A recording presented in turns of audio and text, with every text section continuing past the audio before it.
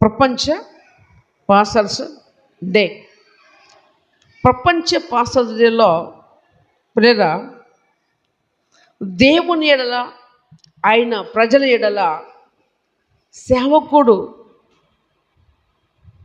ఏ రీతిగా గోజాడుతాడు అనే విషయంలో ఆలోచన చేస్తే అసలు ఏ సంబంధం లేనివాడు,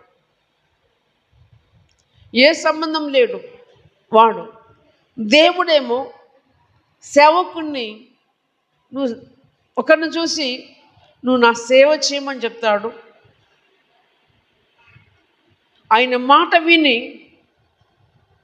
పిల్లరా మీరెవరో నాకు తెలియదు, నేనెవరో మీకు తెలియదు, సరే కొంత తెలుసుండొచ్చు, కానీ ఈ రీతిగా దేవుడు ఒక సంఘములో చేర్చి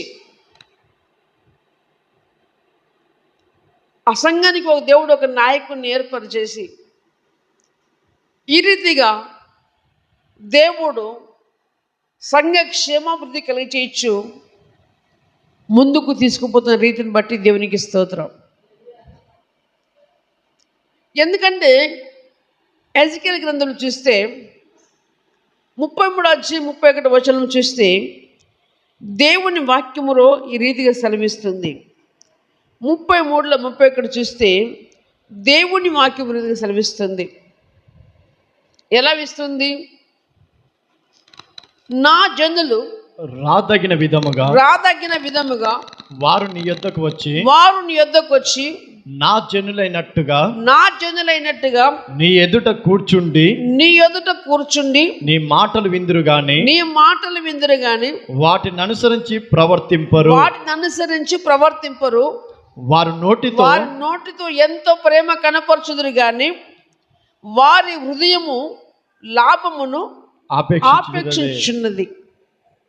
అవును, క్రీస్తునందు ప్రియమైన వల్లరా మనమందరము, ఒకరోజు నేను కూడా విశ్వాసిగా ఉన్నాను, నేను కూడా ఒక సేవకునికి ముందు కూర్చున్నటువంటి వాడనే. దాదాపుగా ఇంచుమించు ఒక 17 సంవత్సరాలు విశ్వాస జీవితంలో కూర్చున్నటువంటి వ్యక్తిని నేను, ఒక సేవకుని దగ్గర. అయితే నిజముగానే మనం రాదగిన విధముగానే మందిరానికి వెళ్తాం,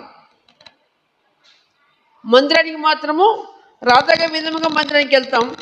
కానీ ప్రభు బిడ్డలముగా మాత్రము ఏం చేస్తామట, మనము ప్రభు బిడ్డలమాగా ప్రేమ కనపరుస్తూ ఆయన మాటలు మనం వింటుంటమాట.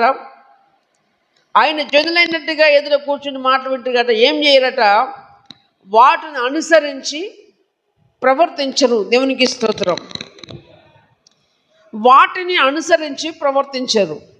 క్రీస్తునందు ప్రియరా ఈరోజు చూసినట్లయితే దాదాపుగా కొన్ని చోట్ల, అన్ని చోట్ల అయినా కావచ్చు, కొన్ని చోట్ల అయినా కావచ్చు, మరి సేవకులకు సన్మాన కార్యక్రమం అనేది, లేకపోతే గిఫ్ట్స్, బోక్యను సంథింగ్ ఏదో చేస్తూ ఉంటారు కావచ్చు. అయితే ఇప్పుడు సేవకునికి చేసినా చేయకపోయినా ప్రభునందు ప్రయాసపడి వారిని రెట్టింపు సన్మానానికి పాత్రలు చేయమని ఇప్పుడు దాకా జాషువా మాట్లాడు కదా. ఆఫ్టర్ ఆల్ సేవ విషయంలో సేవకునికి సన్మానం జరిగినా జరగకపోయినా, గౌరవం దక్కినా దక్కకపోయినా దేవునికి మాత్రము సన్మానం జరగాలి. దేవునికి స్తోత్రం. ఎవరికి జరగాలి సన్మానము? దేవునికి సన్మానం జరగాలి. దేవునికి సన్మానం జరగాలంటే పిల్లలు ఏం చేయాలంటే అనుసరించి నడుచుకోవాలి. దేవునికి స్తోత్రం.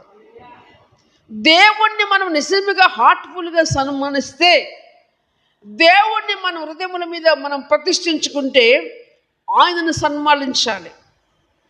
నేనేమో పెద్ద సేవకుడు అనేవాడు పెద్దేమో కాదు, దేవుని కంటే గొప్పవాడేమీ కాదు.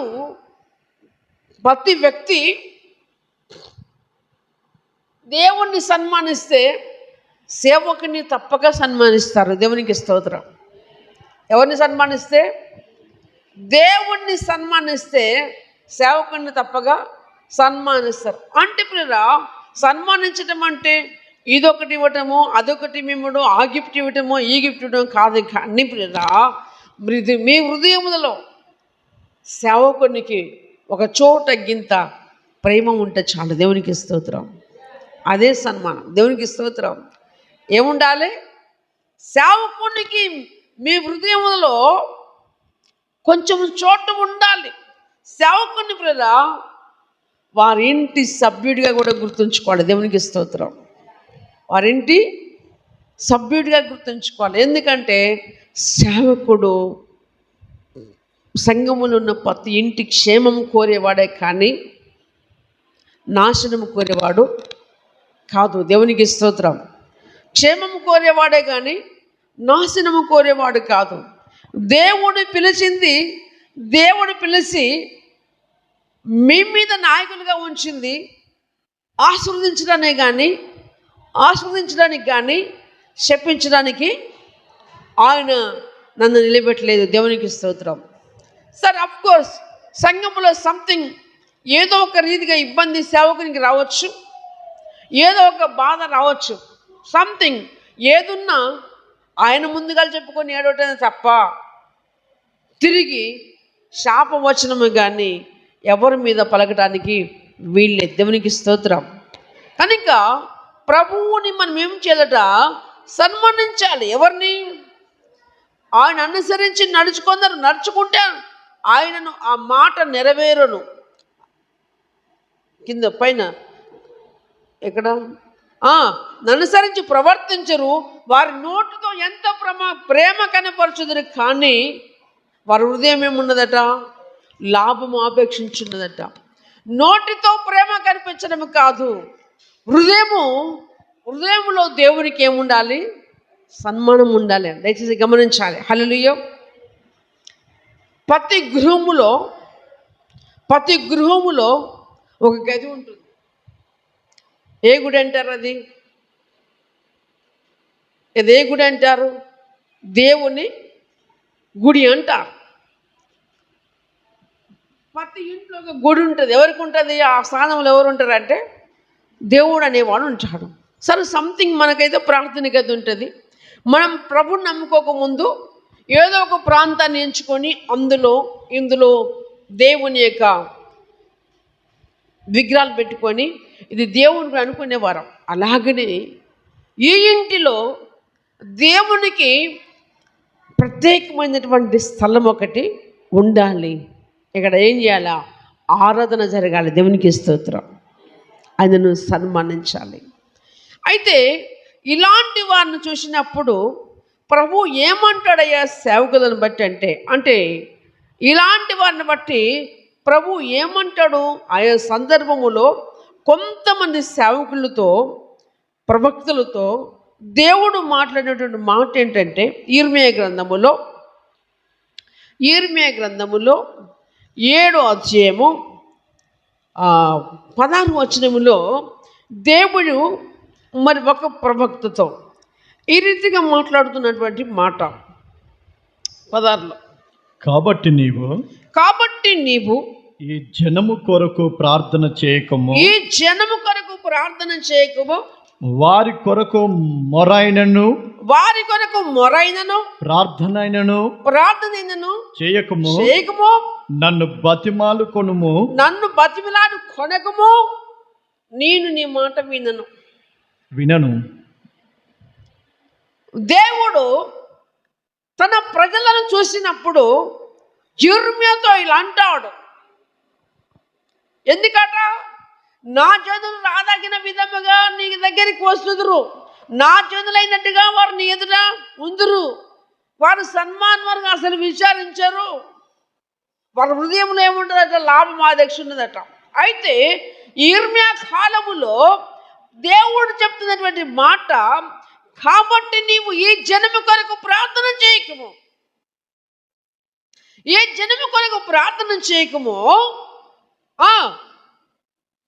వారి కొరకు మొరనైనను ప్రార్థనైనను చేయకము. వారి కొరకు మొరనైనను ప్రార్థనైనను చేయకము. నన్ను బతిమాలు కొనకము. నేను నీ మాట వినను. పిల్లరా, ఈ మాట చూస్తే గుండె పగిలిపోతుంది. దేవునికి స్తోత్రం. సేవకుడిగా ఈ మాట వింటే గుండె పగిలిపోతుంది.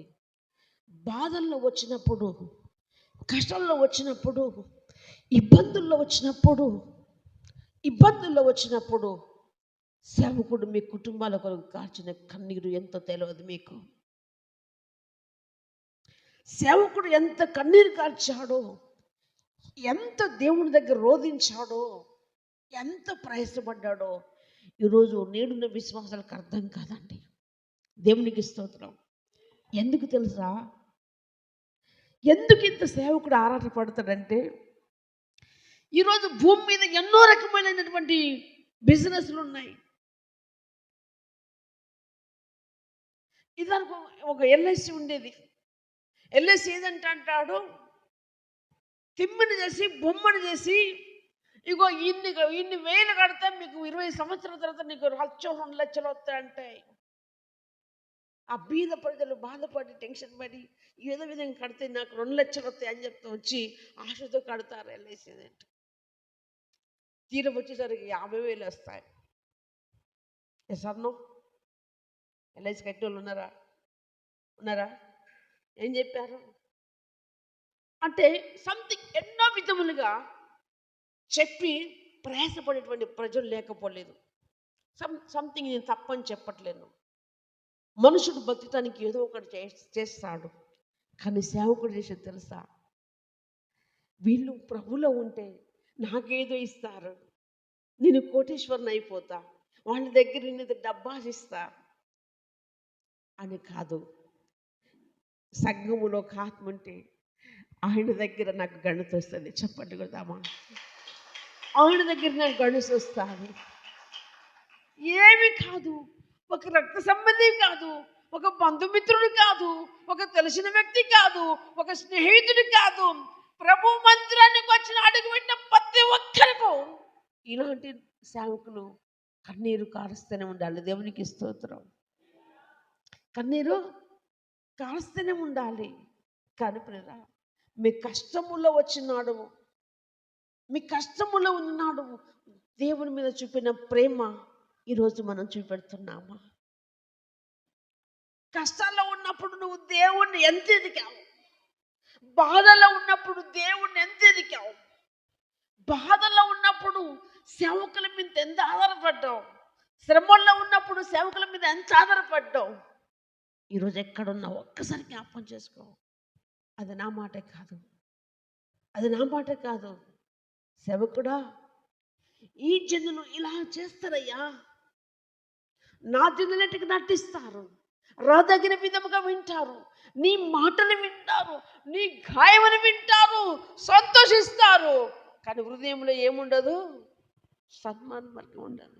అంటాడు, అయ్యో ఈ జనము కొరకు నువ్వు ప్రార్థన చేయకము, వారి కొరకు మరణైందను ప్రార్థన చేయకము, నన్ను బతిమిలాను కొనకము.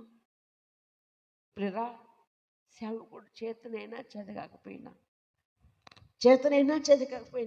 వచ్చి ఆడ పడుకోనైనా, తండ్రి పలాని కుటుంబం బాధల్లో ఉందయ్యా, ఇబ్బందుల్లో ఉందయ్యా, వారిని బాగు చేయి ప్రభువా, వారికి స్వస్థతనివ్వయ్యా అని అడిగి గోజాడవాడు దేవునికి స్తోత్రం. గోజాడేవాడు సేవకుడు దేవునికి స్తోత్రం. అట్లాంటి వారు ప్రియరా, ప్రభువును వదిలిపెట్టిపోయినా గుండెల మీద దంతలు చూసినవా? మన ఇంట్లో మన బిడ్డ లేచిపోయినప్పుడు, మన కొడుకు మన కానుకు చెప్పకుండా తీసుకొచ్చుకున్నప్పుడు మన గుండె ఎంత బలిగిపోతుందో తెలుసా? అంతకంటే సేవకుడు గుండె బలిగిపోతుంది. దేవునికి స్తోత్రం. సేవకుడు పడ్డ ఆర్భాటం ఎండిపోయింది, సేవకుడు పడ్డ శ్రమ ఎండిపోయింది, సేవకుడు కాచిన కన్నీరు ఎండిపోయింది.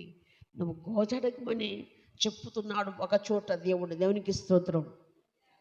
మరొక చోట చూసినట్లయితే ఇర్మియా గ్రంథములో 11:14 చూస్తే దేవుని వాక్యం విరిగి సెలవిస్తుంది. 11:14లో దేవుని వాక్యం సెలవిస్తుంది. కావున నీవు ఈ ప్రజల నిమిత్తము ప్రార్థన చేయకుము. కావున నీవు ఈ ప్రజల నిమిత్తము ప్రార్థన చేయకుము. వారి నిమిత్తము మొరపెట్టకుము. వారి నిమిత్తము మొరపెట్టకుము. ప్రార్థన చేయకుము. ప్రార్థన చేయకుము. వారు తమ కీడును బట్టి నాకు మొరపెట్టినప్పుడు నాకు కూడా మొరపెట్టినప్పుడు నేను విననయ్యా. ఈ ప్రజల కొరకు అసలు నువ్వు ప్రార్థన చేయకమంటాడు. అందుకు హృదయములో దేవునికి సన్మానము లేనందువలన దేవునికి స్తోత్రం. ఆయన జనులైనట్టుగా మనం కనపడతాం. ఆయన జనులైనట్టుగా మందిరంలో కూర్చుంటాం. ఆయన జనులైనట్టుగా పాటలు పాడతాం. ఆయన జనులైనట్టుగా వాక్యం వింటాం. కానీ హృదయములో దేవునికి సన్మానము లేదు. అయితే సేవకుడు ఏం చూస్తాడో చూడండి. ఇన్ని చెప్పిన సేవకుడి విషయం ఏబేలు గ్రంథములో 2వ అధ్యాయము ఏబేలు 2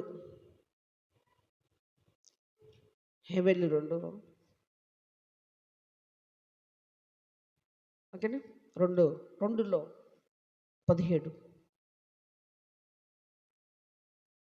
యెహోవాకు పరిచర్య చేయు యాజకులు మంటపమునకును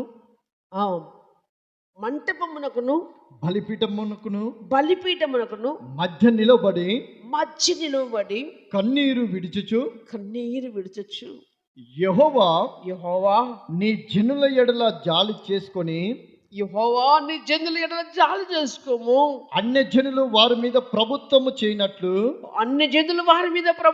చేయకున్నట్లు వారిని అవమానానికి అప్పగించకయ్యా. లేని ఎడల అన్య జనులు వారి దేవుడు ఏమైనా చెప్పుకుంటారో అని వేడుకుంటాడు. ఎవరండి? సేవకుడు. యెహోవాకు పరిచర్య చేయు యాజకులు మంటపమునకును బలిపీఠమునకు మధ్య నిలబడి కన్నీరు విడుచుచు యెహోవా నీ జనుల ఎడల జాలి చేసుకొనయ్యా. నీ ఎడల జాలి చేసుకోను. అన్ని జనులు వారి మీద ప్రభుత్వం చేయనట్లు వారిని అవమానానికి అప్పగించకయ్యా. ఒకవేళ అవమానానికి అప్పగించబడితే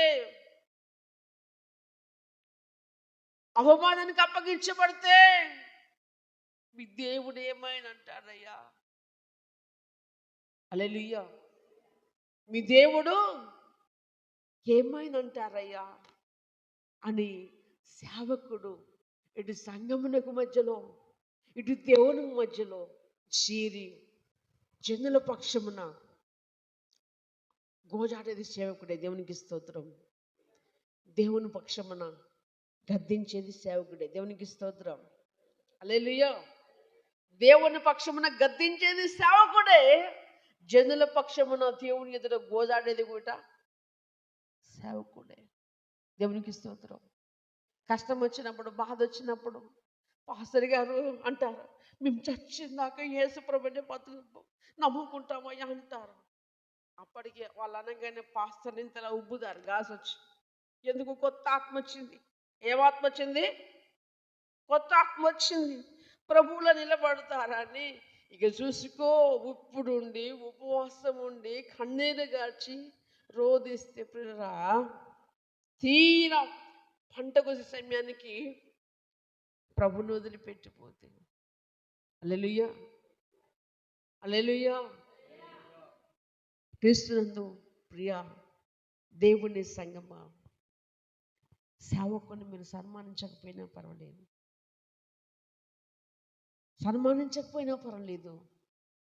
మీ ప్రభువుని, దేవునికి స్తోత్రం, మీ ప్రభువుని, మన ప్రభువుని మన హృదయములో ప్రదర్శించుకొని ఆయన రోజు సన్మానించండి. దేవునికి స్తోత్రం. అయ్యా, ఆయనను సన్మానించాలంటే, మేము శాలువ కప్పాలంటే, మేము బోకే గీయాలంటే, మేము ఏదో ఆయనకు వస్త్రాలు పెట్టాలనుకుంటున్నామంటే ఆయన మాకెక్కడ దొరుకుతాడు? పాస్టర్ గారు అంటే ఆయన యందు భయభక్తులు కలిగి ఉండటమే ఆయనను సన్మానించటము. చప్పట్లు కొట్టి దేవుని నామాన్ని మేపరుద్దాం.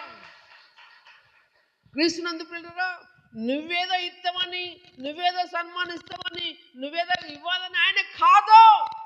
ఆయనే మనకిచ్చాడు, చాలినంత ఇచ్చాడు. దేవునికి స్తోత్రం. చాలినంత ఇచ్చాడు, ఇంకా ఇస్తానికి ఆయన దగ్గర సమృద్ధిగా ఉన్నది. ఆయనకి ఏది కొదవలేదు, ఆయనకి ఏది కొదవలేదు. మానవుడమైన నీవు దేవుణ్ణిగా కొలిస్తే చాలు. దేవునికి స్తోత్రం. మానవులమైన మనము దేవునిగా గణపరిస్తే, దేవునికి మనం భయపడేది, మన బ్రతుకు కాలం అంతా నడుచుకుంటే మన బ్రతుకులకు అన్ని కృపాక్షేమములే మన వెంట వస్తాయి. దేవునికి స్తోత్రం.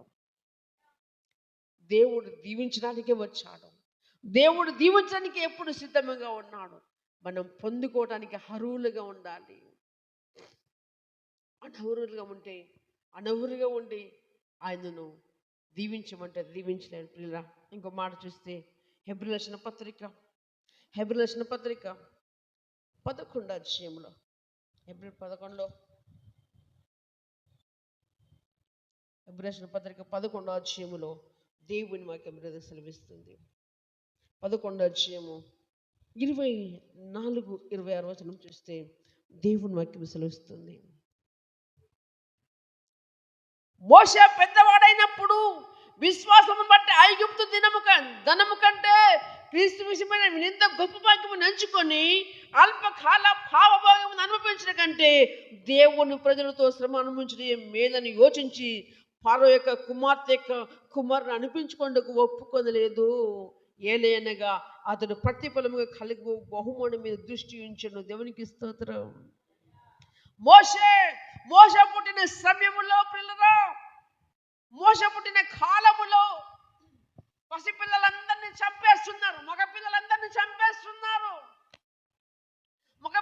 చంపేస్తున్నారు. కానీ ఈ మోషేను వాళ్ళమ్మ 3 నెలలు తన ఏడుపును పదార్థం వినకుండా మెయింటైన్ చేసింది. దేవునికి స్తోత్రం. తర్వాత ఆ అమ్మకి శాత కట్టలేదు. ఇక వాని ఏడు బయటికి వినకుండా శాత కట్టలేదు.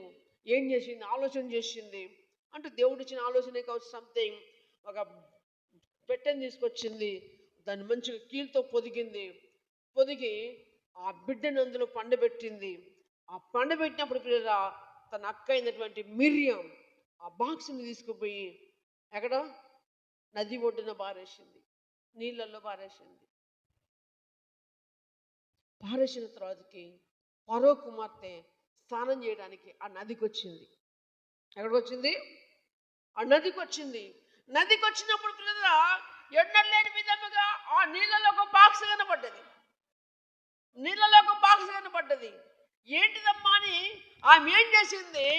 బాక్స్ను ఓపెన్ చేస్తే సుందరుడైన మోషే ఉన్నాడు. దేవునికి స్తోత్రం. ఎవరున్నారు? సుందరుడైన మోషే ఉన్నాడు అందులో. మోషేని చూసి ఆమె అంటుంది, ఇక్కడ పక్కన ఉన్న మిర్యాం ఉన్నది, వాళ్ళ అక్క ఉన్నది. ఆమె దగ్గరికి పోయి, ఇగో ఎప్పుడు సీజన్లో ఒక దాని తీసుకురానా, ఇది నీకు పాలిచ్చి పెంచుతుంది అని చెప్పినప్పుడు ఏ శత్రువు అయితే ఇజ్రాయేల్ ప్రజలను హతం చేస్తున్నాడో మగపిల్లల్ని, అదే శత్రు ఇంట్లో మోషే పెరిగాడు. దేవునికి స్తోత్రం. మోషే పెరిగాడు. రాజు ఇంట్లో ఉన్నాడు ఆయన, రాజా కుమార్తె కొడుకుగా పెంచబడుతున్నాడు ఆయన. కానీ ఆయన ఏం చేశాడు తెలుసా? ఏమంటున్నాడు? మోషే పెద్దవాడైనప్పుడు విశ్వాసం బట్టి ఐగుప్తు ధనము కంటే, మామూలు ధనము కాదు ఐగుప్తులో ఉన్నది, మామూలు ధనము కాదు అది, ఉన్నతమైన స్థానము ప్లస్ రాజకుమార్తె కొడుకుగా పెంచబడుతున్నాడు. ఏమంటున్నాడు? విశ్వాసం బట్టి ఐగుప్తు ధనము కంటే క్రీస్తు విషయమైన నింద గొప్ప భాగ్యం అని ఎంచుకోండి. దేవునికి స్తోత్రం. సేవ చేస్తే ప్రియురా, సేవ చేస్తే అన్ని సన్మానాలే ఉండవు, అన్ని గౌరవాలే ఉండవు, అన్ని సన్మానాలే ఉండే, అన్ని గౌరవాలే ఉండవు. నిందలు ఉంటాయి. సేవలో ఏముంటాయి? నిందలు ఉంటాయి. అవమానాలు ఉంటాయి, తన్నులు ఉంటాయి,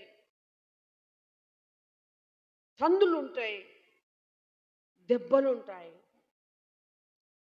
ఇది ఎండబెట్టుడు ఉంటుంది, కొట్టించుడు కూడా ఉంటుంది. చెప్తున్నా రియల్ అండి. ఈ రోజు వరకు సేవకుల కుటుంబాలలో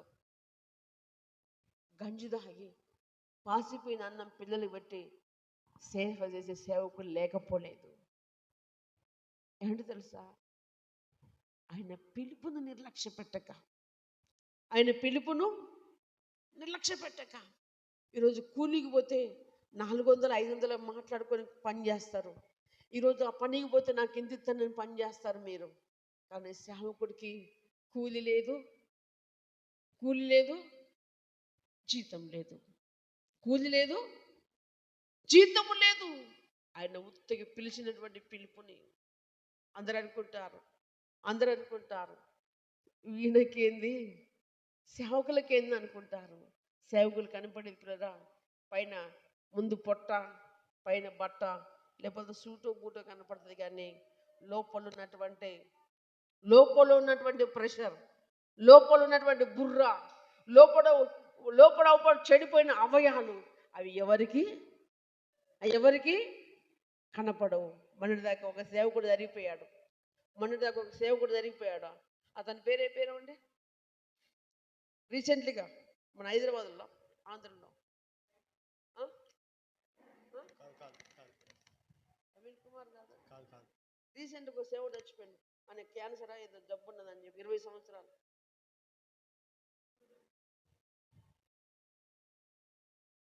ఆయన 20 సంవత్సరాలు లోపల జబ్బు పెట్టుకొని సేవ చేశాడు. 20 సంవత్సరాలు లోపల జబ్బు పెట్టుకొని సేవ చేశాడు. అంటే నాకు ఈ జబ్బు ఇచ్చినావు ప్రభువా, నాకు ఈ జబ్బు పోతే నేను సేవ చేస్తానని చెప్పలేదు. ఆయన పిలిచినటువంటి పిలుపు నిర్లక్ష్య పెట్టక ఏ విధము చేత నేను ఒక్క ఆత్మ జీవ గ్రంథములో లిఖితం చేయబడాలి. దేవునికి స్తోత్రం. ఒక ఆత్మ రక్షింపబడాలి అన్నటువంటి ఉద్దేశముతో ఇప్పుడున్నటువంటి ఉపవాసం ఉన్నటువంటి సేవకులు ఎంతో మంది ఉన్నారు. అంతేని కాదు, సేవకులు దేవుని పేరు చెప్పుకొని కోటీశ్వరులైన వాళ్ళు కూడా ఉన్నారు. సేవకులు దేవుని పేరు చెప్పుకొని కోటీశ్వరులు 5 కోట్లకు పడగలెత్తిన వాళ్ళు కూడా ఉన్నారు. యథార్థంగా సేవ చేసి, సంఘం మీదనే సేవ చేసి అంత కోటీశ్వరుడు అవడానికి కష్టమే. కానీ సంథింగ్ ఏదో ఒకటి జరిగి విదేశీ నుండి మరి ఆయా సందర్భంలో మరి దొబ్బుకున్నటువంటి వారు లేకపోలేదు. అయితే ప్రేరా వాళ్ళ విషయం మొదలు పెడితే ఏమీ లేని వాడు సేవ చేస్తున్నాడు, ఏమీ లేనని సేవ పిలుచుకున్నాడు. దేవునికి స్తోత్రం. కనుక ఈ మోషే పెద్దవాడైనప్పుడు ఐగుప్తుదనము కంటే క్రీస్తు విషయమైన నింద గొప్ప భాగ్యము ఎంచుకొని అల్పకాల భోగము అనుభవించడం కంటే అక్కడ ఉంటుంది ఏముందండి? అల్పకాల భోగమే. ధనికుడికి ఏముందండి? మంచిగా ఉన్న స్థితిలో ఉంటే అందరికి ఏముండదు, అల్పకాల భోగమే. అల్పకాలం అంటే అల్పకాల భోగం అనుభవించడం కంటే దేవుని ప్రజలతో శ్రమ అనుభవించడం మేలని యోచించి దేవునికి స్తోత్రం. చూసారా ఎక్కడ స్థితి అయినది? ఒక ఉన్నతమైన స్థితి నుంచి వదిలిపెట్టుకొని దీన స్థితికి వచ్చేసి ఈ ప్రజలతో మరి శ్రమపడే గొప్ప భాగ్యం అని చెప్తున్నాం. దేవునికి స్తోత్రం. ప్రేరా మోషే పడ్డ శ్రమ ఇంత అంత కాదు, అది వర్ణనాతీతం. ఆ మోషన్ తలుచుకుంటే ప్రాణము తలడిల్తుందండి, ఏది కానీ రుచి తెలిసినోనికి మాత్రమే అర్థమవుతుంది. రుచి తెలియడానికి ఎంత చెప్పినా అది ఏడిదో ఈయన అంతా ఏదో సోది చెప్తారు అనుకుంటారే, కానీ రుచి తెలిసినోనికి అర్థమవుతుంది దానిలో ఉన్నటువంటి బాధ ఏందో. ఇంత కఠోరమైనటువంటి రీతిలో ఫరో దగ్గరికి ఎన్నో మార్లు పోయి ఎన్నో రకాల ఇజ్రాయెల్ ప్రజలను తీసుకొస్తే, ఐగుప్తులో ఉన్న ఇజ్రాయెల్ ప్రజలను తీసుకొస్తే మోషేను సంపుతామని కూడా తిరగబడ్డారు ఒకసారి. మోషేని సంపుతమని తిరగబడ్డారండి. ఎవరు?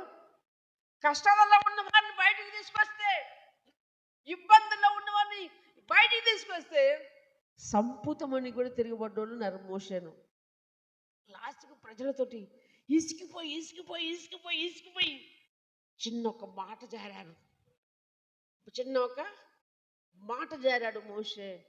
కానీ మోషేను దేవుడు ఎంతగా ఆ మాట తలుచుకుంటే సేవకులుగా ఇన్ని రీతులుగా ప్రయాసపడుతూ, ఇన్ని రీతులుగా సేవ చేస్తూ, చివరికి మోషే లాంటి జీవితం మాకొస్తే ఎంత దయానందమైన స్థితిలోకి వెళ్ళిపోతాం. అదే అర్థం కాదు. క్రీస్తునందు అలా అని సేవ చేయకుండా ఉండలేము. దేవునికి స్తోత్రం. ఆయన నుంచి మేము ఎటు పారిపోలేము. చూడండి, ద్వితీయోపదేశ ఖండం 9వ అధ్యాయము, ద్వితీయోపదేశ ఖండము 9వ అధ్యాయములో 9లో 26 నుంచి 28 వరకు.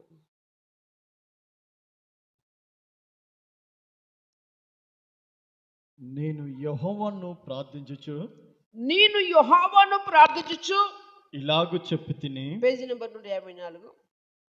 నేను మోషే అంటున్నాడు, నేను యెహోవాను ప్రార్థించుచు ఇలాగ చెప్పి తిని, ప్రభువా యెహోవా నీవు నీ మహిమ వలన విమోచించి బహుబలము వలన ఐగుప్తును రప్పించిన నీ స్వాస్థ్యమైన జనములను నశింప చేయకము. ఇక్కడ అది జరుగుతుంది. మోషేతో కూడా అది చెప్పాడు. అయ్యా మోషే, ఈ ప్రజలు వినరు.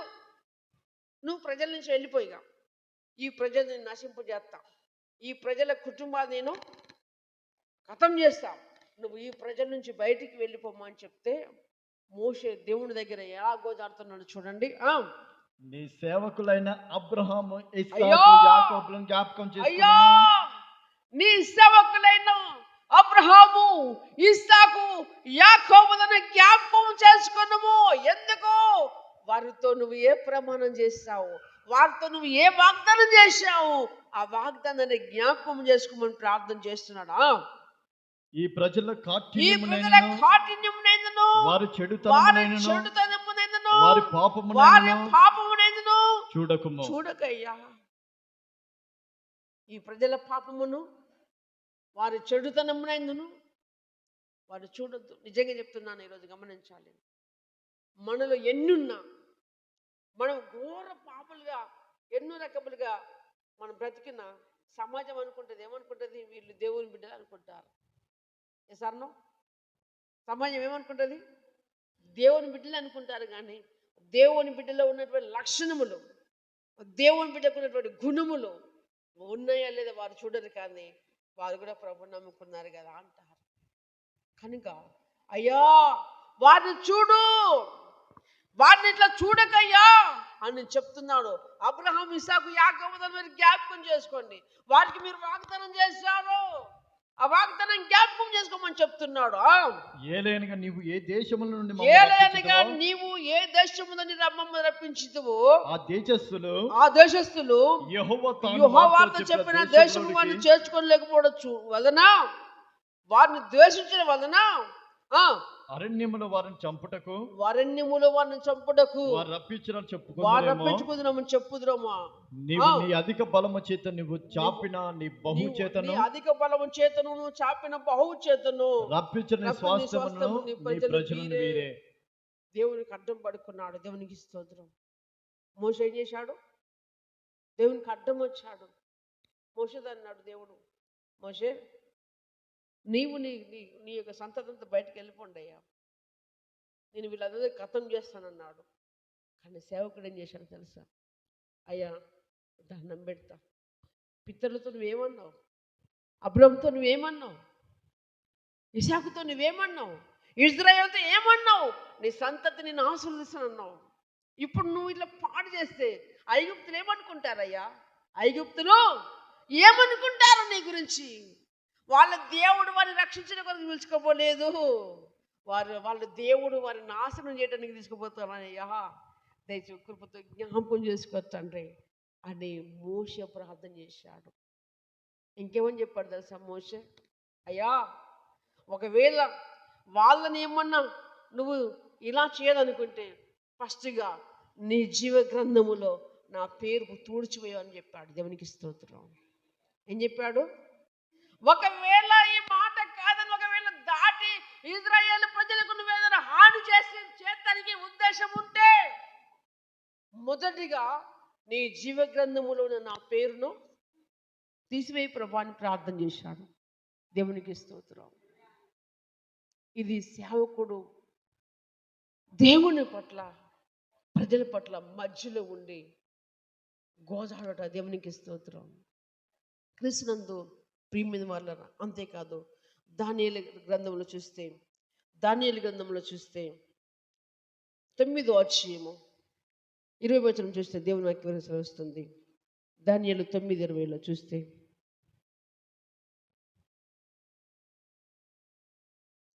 దానియేలు గ్రంథము 9వ అధ్యాయం 20వ వచనం చూస్తే దేవుని వాక్యం వస్తుంది. 9 20 నేను ఇంకా పలుకుచుచు ప్రార్థన చేయొచ్చు, ఇంకా పలుకుచు ప్రార్థన చేయొచ్చు. పవిత్ర పర్వతము కొరకు పవిత్ర ఒక్క నిమిషం. నేను ఇంకాను పలుకుచు ప్రార్థన చేయొచ్చు పవిత్ర పర్వతము కొరకు నా దేవుడైన యెహోవా ఎదుట నా పాపమును నా జనుల యొక్క పాపమును ఒప్పుకొనుచు నా దేవునికి విజ్ఞాపన చేయుచుంటే నీ దేవునికి స్తోత్రం. సేవకుడనేవాడు తన పాపమును తన జనుల పాపమును ఒప్పుకొనుచు దేవుని దగ్గర విజ్ఞాపన చేయాలి. దేవునికి స్తోత్రం. ఎవరి పాపాలండి? సేవకుని పాపమును సంథింగ్. ఒకవేళ పాపం ఉన్నట్లయితే పాపమును జనుల పాపమును బట్టి కూడా ఎవరి దగ్గర ప్రార్థన చేయాలి? దేవుని దగ్గర ఒప్పుకోవాలి సేవకుడే. దేవునికి స్తోత్రం. అదే చూడండి, నేను ఇంకా పలుకుచు ప్రార్థన చేయొచ్చు పవిత్ర పర్వతం కొరకు నా దేవుడిని యెహోవా ఎదుట నా పాపమును నా జనం యొక్క పాపమును ఒప్పుకొనుచు నా దేవునికి విజ్ఞాపన చేయుచుంటే దేవునికి స్తోత్రం. సంఘములో ఉన్న ప్రతి కుటుంబం కొరకు విజ్ఞాపన చేయవాడు సేవకుడు. దేవునికి స్తోత్రం. ఏమి ఆశించి సంచి నింపుకోవడం ఆశించా, జేబు నింపుకోవడం ఆశించా, జోల నింపుకోవడం ఆశించా? లేదే. మీ ఇంటికి నేను ఈరోజు మీ ఇంటికి వస్తే నాకు ఇంత ఇస్తేనే అన్నది లేదే. హల్లెలూయా. క్రీస్తునందు ప్రియమైన వాళ్ళరా, ఆయా సందర్భంలో కొన్ని ప్రాంతాలకు వెళ్ళినప్పుడు ఎలాంటి ఫుడ్నైనా నిర్లక్ష్యం చేయకుండా వారికి బాధపడుతూ పొట్టను చంపుకుంటూ పొట్టకి ఇబ్బంది కలుగజేయచ్చు తినొచ్చేది సేవకుడు. దేవునికి స్తోత్రం. హల్లెలూయా. హల్లెలూయా. ఒక్కొక్క దగ్గర ఒక్కొక్క రకమైన వంటకం దొరుకుతుంది. అది ఇష్టమున్నా ఇష్టం లేకపోయినా కష్టమైనా తినాలి. భోజనం పెడతారు, ఆడ పక్కన కూర్చొని అయ్యగారు కూర బాగున్నదా? ఇప్పుడు ఏం చెప్పాలి అయ్యగారు? ఏం చెప్పాలి? చెప్పండి, ఏం చెప్పాలి? బాను మస్తుంది, తినాలి. తిన్న తర్వాత ఈ యంత్రం పని చేయాలి. ఈ యంత్రం పని చేయాలి. రియల్ అండి. కూలికి పోయేవారు టైంకి భోజనం తింటారు. దేవునికి స్తోత్రం. కూలికి పోయేవారు టైంకి భోజనం తింటారు. ఒకటి అయిందంటే అక్క వన్ను కత్తం బాక్సులు పట్టుకుపోయి చెట్టుకి ఎంత వస్తూనే ఉంటారు. దేవునికి స్తోత్రం కదా. కానీ సేవకునికి టైం లేదండి. సేవకునికి తిండి కూడా కరెక్ట్ సమయం దొరకదండి. ఆ సమయంలో దొరికినా కానీ అది కడుపు నిండిందో తెలియదు పిల్లరా. దేవునికి స్తోత్రం. తెలుసా, మీటింగ్ పెడితే 2:30, 3 అవుతుందండి. ఎవరైనా కూలికి పోయిందని 3 గంటలకు తింటరా? కానీ సేవకుడు తినాలి. ఎన్ని గంటలకు? 3 గంటలకు. రాత్రి కూడికపోతే 10 అవుతుందండి. ఇంటికాడ ఉన్నది తింటరా? 8, 8 దగ్గర తింటారు. కానీ సేవకుడు ఆ 10 గంటలకు తినాలి, ఆ 10:30కు తినాలి, ఆ జర్నీ చేసి రావాలి. మళ్ళీ అర్ధ గంట, 2 గంటలు జర్నీ చేసి రావాలి. ఆ జర్నీ చేసి వచ్చే లోపున 11, 12 రోజులు ఉంటాయి. 11, 12 రోజులు ఉంటాయి. ఆ 12 గంటల తర్వాత ఆ 12 గంటలు వచ్చి పడుకుంటే ఇది తిన్నది అరగదు. ఏమరగదు? ఇది తిన్నది అరగదు. దీన్ని బట్టి ఏమొస్తాయి? పొట్టలకు బొజ్జ రాకపోతే ఏమవుతుంది? పాస్తర్లకు బొజ్జ రాకపోతే ఏమవుతుంది? ఏమవుతుందంటే హల్లెలూయా. కృష్ణ ఐదును కానీ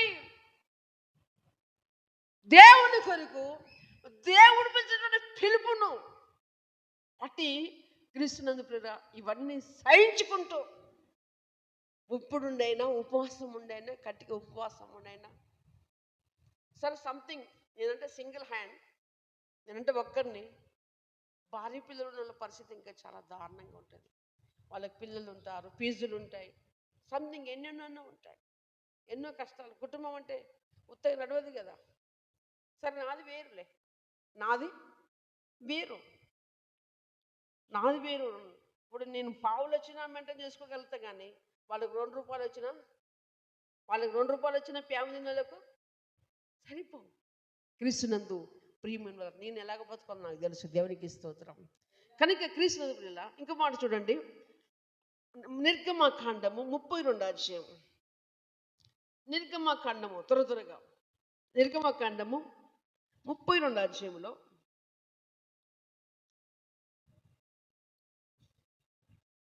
నిర్గమకాండం 32వ అధ్యాయంలో 12వ వచనం. ఆయన కొండలలో వారిని చంపునట్లును, ఆయన కొండలలో వారిని చంపునట్లును, భూమి మీద నుండి వారిని నశింపచేయనట్లు, కీడు కొరకే వారిని తీసుకొని పోయినని ఐగుప్తులు చెప్పుకుంటారయ్యా. ఎలా చెప్పుకొనవలెను అని మోషే ప్రార్థన చేస్తున్నాడు దేవునికి. ఎక్కడా? వాణ్ణి అయ్యా కొండల్లో వాడిని చంపున్నట్లుగా, భూమి మీద ఉండేవాడిని నశింపజేసినట్లు కీడు కొరకే వాడిని తీసుకుని ఐగుప్తులు ఎలా చెప్పుకుందరయ్యా? నీ కోపాగ్ని బట్టి మల్లుకొనుము, నీవు ఈ ప్రజలకు కీడు చేయకము, పాశ్చాత్తపడము. దేవునికి స్తోత్రం. 14వ వచనం చూడండి. మోషే ప్రార్థన విని దేవుడు ఏం చేశాడు చూడండి. అంతటా యెహోవా తన ప్రజలకు చేసేదనని చెప్పిన కీడుని గురించి సంతాపపడెను. దేవునికి స్తోత్రం. సంతాపపడెను. ఎందుకంటే ఎందుకు సంతాపపడ్డాడు?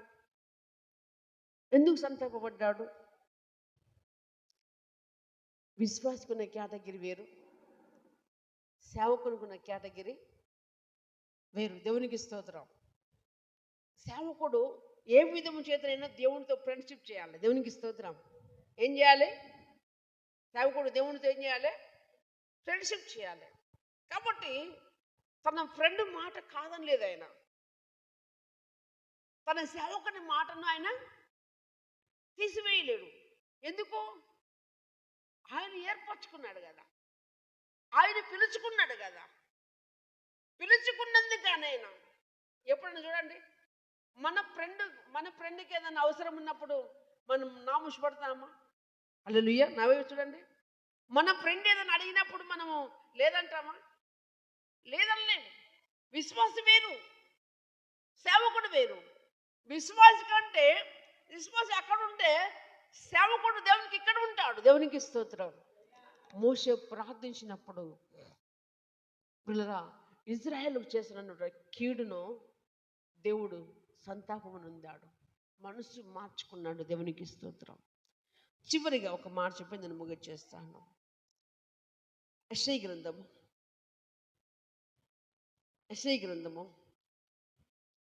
29వ అధ్యాయం.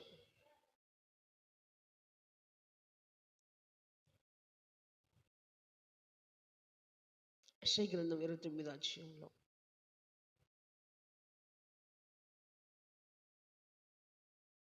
29లో 10 వచనం. యెహోవా మీ మీద కింది 2వ వచనం చూడండి. మీకు నేత్రములుగా ఉన్న మీకు నేత్రములుగా ఉన్న ప్రవక్తలను చెదరగొట్టి ఉన్నాడు, మీకు శిరస్సులుగా ఉన్న దీర్ఘదర్శులను ముసుగు వేసి ఉన్నాడు. సేవకుడు అనేవాడు ప్రియరా ఒక విశ్వాసికి నేత్రము లాంటి వాడు, కన్ను లాంటి వాడు. అంతేకాదు సేవకుడు అనేవాడు ఒక విశ్వాసికి ఒక శిరస్సు లాంటి వాడు. దేవునికి స్తోత్రం. ప్రజలు ఇబ్బందిని బట్టి, ప్రజలు చేసేటువంటి తిరుగుబాటును బట్టి దేవుడు ఏం చేస్తాడట? కొట్టివేస్తాడు. అవసరం అనుకుంటే నేత్రములుగా ఉన్న శిరస్సుగా ఉన్నటువంటి వారిని కూడా ఏం చేస్తాడు? దేవుడు పక్కకు పెట్టేస్తాడు. క్రీస్తునందు ప్రియమైనటువంటి దేవుని సంగమ, దేవుణ్ణి సన్మానించండి. దేవునికి స్తోత్రం. ఆయన రాజ్యమును సన్మానించండి. మీ హృదయముతో ఆయనని ఘనపరచండి. దేవునిగా ఆరాధించండి. దేవునిగా కొనియాడండి. దేవునిగా భయపరచండి. ఎందుకో తెలుసా? తల్లి గర్భములో పిండముగా మనం రూపింపబడక మునిపే మన కొరకు ఆయన మూల్యం చెల్లించాడు. దేవునికి స్తోత్రం. మన కొరకు రక్తము గార్చాడు. మన కొరకు సిలువ యజ్ఞంగా ఉంచాడు. ఎవరు గార్చమదరని నువ్వంటే దేవుడు నిన్ను గురించి తన గ్రంథములో ఎప్పుడో ఏర్పాట్లో ఉన్నావు. దేవునికి స్తోత్రం. నిన్ను ఎప్పుడో నీ మీద ఆయన గురి పెట్టుకున్నాడు. కనుకనే ఈరోజు నీ బంధుమిత్రులందరికంటే, నీ రక్త సంబంధులందరికంటే నువ్వు ముందుగా ప్రభు సన్నిధిలో చేరావు. దేవునికి స్తోత్రం. వై? ఎందుకు తెలుసా? నీ బదులు ఆయనకు పని అవసరం ఉంది. దేవునికి స్తోత్రం. నీతో ఆయనకు పని ఉంది. మీతో ఆయనకు పని ఉంది కనుకనే ముందుగానే మిమ్మల్ని పిలుచుకున్నాడు. దేవునికి స్తోత్రం. కాబట్టి ప్రియ దేవుని సంగమ, అశ్రద్ధ చేయకండి, నిర్లక్ష్యం చేయకండి. ప్రభుని హృదయపూర్వకంగా మీ పూర్ణ హృదయముతోనూ, పూర్ణాత్మతోనూ, పూర్ణ మనసుతో మీ దేవుడైన యెహోవాను సేవించండి. దేవుని దీవెన ఆశీర్వాదాలు పొందుకోండి. దేవుడు మిమ్మును, మీ కుటుంబాలను, మీ పిల్లల్ని, మీ సమస్తాన్ని ఆశీర్వదించి దీవించి వర్ధల చేయను గాక. ఆమేన్.